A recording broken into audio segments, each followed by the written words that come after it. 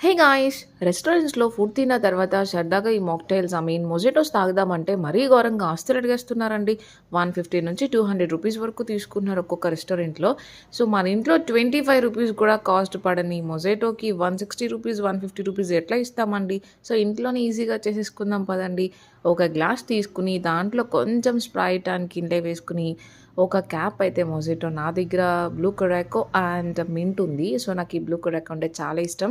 So, అదైతే ఒక్క scoop వేసేసుకొని నీట్‌గా ఒక స్పూన్ తీసుకొని అటు ఇటు కలిపేసాననమాట. చూసారు గదా! కలర్ అయితే ఇట్లా వస్తది.